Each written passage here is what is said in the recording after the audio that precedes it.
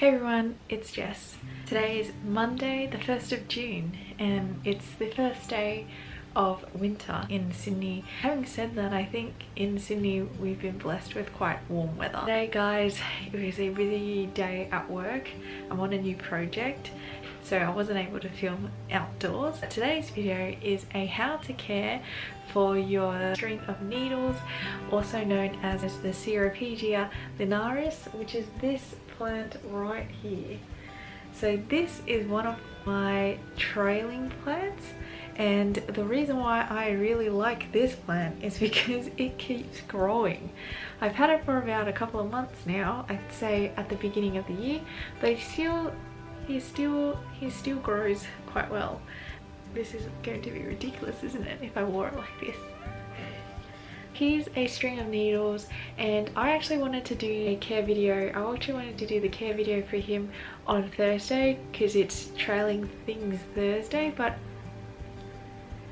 I thought, heck, why not do it today? So I wanted to do the care video of the string of needles.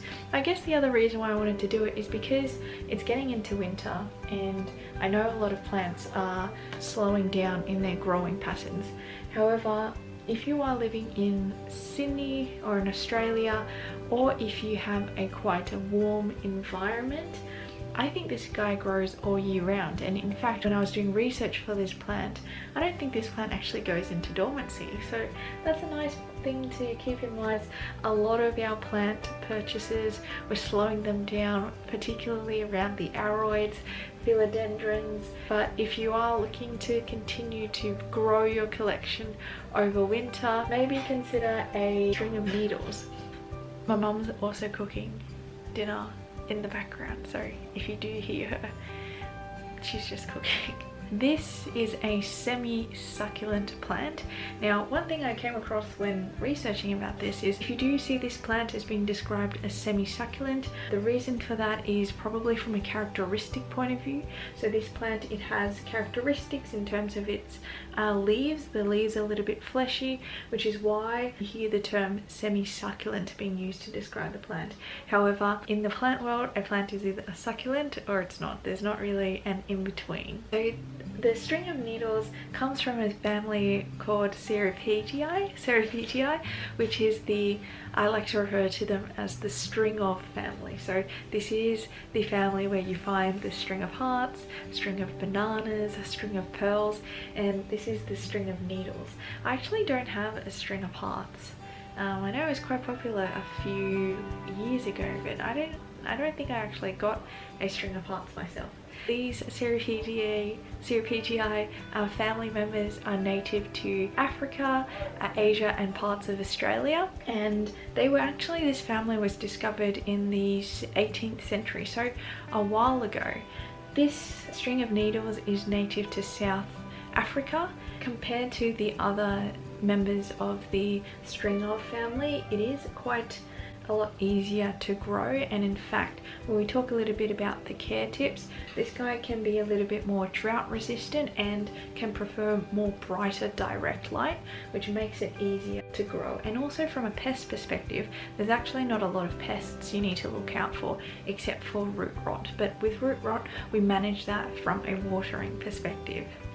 So this is a very nice plant. It's got these little leaves that look like needles, hence the name string of needles.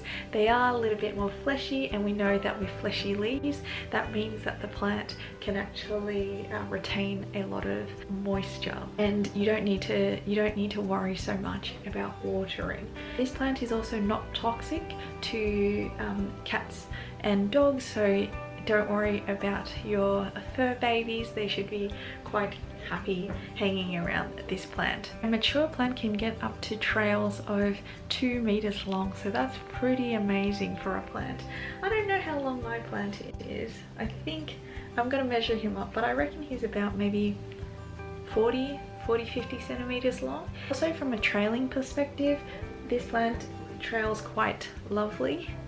And I did a video around caring for your string of dolphins, and in that video I mentioned that string of dolphins Their trails are a little bit more delicate. However, with the string of needle, this plant is a little bit more robust. So if you are deciding to have this plant as a hanging plant, you don't need to be too worried. Compared to your string of dolphins, these aren't going to break away as easily. This plant does flower, and I believe the flowers are a white and a magenta color. They look like little bells. From a lighting perspective, as I mentioned a little bit briefly, these guys can tolerate more bright direct light, and in fact, I've read that it actually prefers that a little bit. I would say that whilst it does prefer some bright direct light, I wouldn't keep it in the sun for 9 hours a day. So as long as you have some periods where this plant is not getting that direct sunlight, that should do well for this plant. I keep my plant outdoors. It gets about 3 to 4 hours of afternoon sunlight. It doesn't get morning light, and it seems to do okay. It does have a little bit of other plants hanging around it, which does give it a little bit more shade. It's not out there exposed to the sun, so I would just keep that in mind. Lighting is also very important if you want this plant to grow. Similar to a lot of trailing plants, you want to make sure that the light hits the base of the plant, because that's what's going to encourage the growth. The growth for this plant obviously comes from the trails. That's how the plant grows here, but you do want the light to hit the base of the plant. In terms of temperature for this plant does well in temperatures between 17 to 25 degrees Celsius. I've seen that this plant does not do well in frost, so any temperatures below 10 degrees, you should just keep an eye out for this plant. However, I keep my plant outdoors in winter. I'm not expecting to bring him in. It gets to lows of about 6 degrees during the Sydney winter, but he still is able to survive. So I would say if you are getting frost, or you get to temperatures below say 3 degrees, just to bring him in indoors. In terms of watering for this plant can be a little bit more drought tolerant. So if you do go through periods where you forget to water this plant, don't be too alarmed.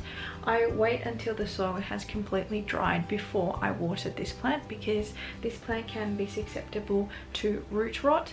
So even in summer, I go about every 7 to 10 days for watering this plant. Let's getting into winter. What I do from a watering perspective is I just look at the soil, and if it's dry, I'll give it a water.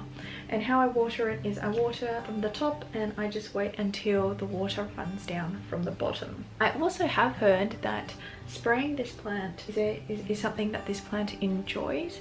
I personally don't miss this plant, and considering that it comes from the regions of South Africa where it's actually quite dry, I can't see that adding a little bit more to this plant's overall care. But I suppose there's no harm done if you do want to give this guy a spritz. The only thing I'd say just to be aware of, you want to make sure that the water that does get on the leaves do have enough time for it to dry. In terms of fertilizing, so during summer I would give this guy a little bit of fertilizer. I'm not too strict on its fertilizing schedule compared to my philodendrons or anthuriums. This guy I fertilized with a very dilute fertilizer, and really I just fertilized him sporadically. So that's when I had a bit of extra fertilizer left over, I would just fertilize this plant. I have seen, based on the research that I've done, that this guy actually enjoys a bit of fertilizer during summer. So if you are wanting to help your plant grow, I would recommend fertilizing your plant. In terms of soil, I keep this guy in a mix of orchid bark, perlite and succulent potting mix. It is quite well draining, which is a reason why I think this guy is doing quite well. Because root rot is a concern for him, you do want to make sure that his soil mix is quite well draining so that you prevent root rot. In terms of repotting for this plant, I haven't repotted my plant. Having said that, I've only had my plants for a couple of months or so, but I've seen that this plant should be repotted every 2 to 3 years. In terms of repotting, given that root rot is a concern for this plant, you just want to make sure that you keep him in a pot that's only slightly bigger, because that makes it easier for the soil to dry out compared to if you keep him in a bigger pot where the soil can retain a lot more moisture. In terms of propagating for this plant can be propagated by stem cuttings.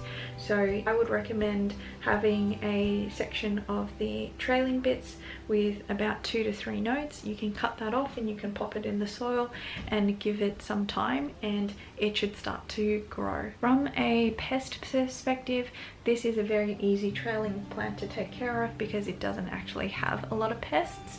I have seen 1 or 2 mealybugs on this plant. I actually think that my mealybug was not really attacking this plant per se. I think it was just a stowaway from my other from one of my other plants who wasn't doing so well. But what I did when I did see that mealybug is I took him off straight away.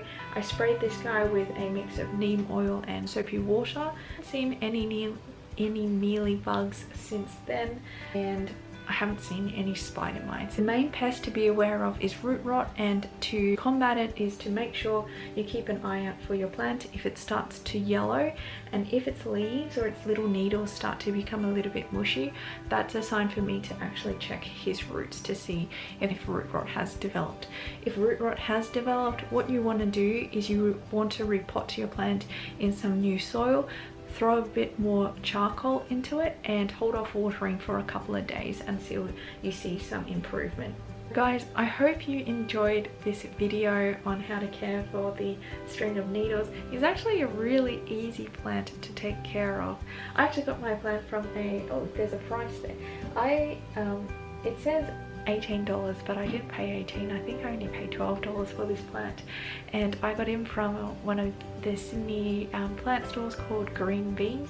They have amazing stock, by the way, so if you're in Sydney, or actually anywhere in Australia, because they do shipping Australia wide, I'd recommend checking them out. But guys, I hope you enjoyed this video.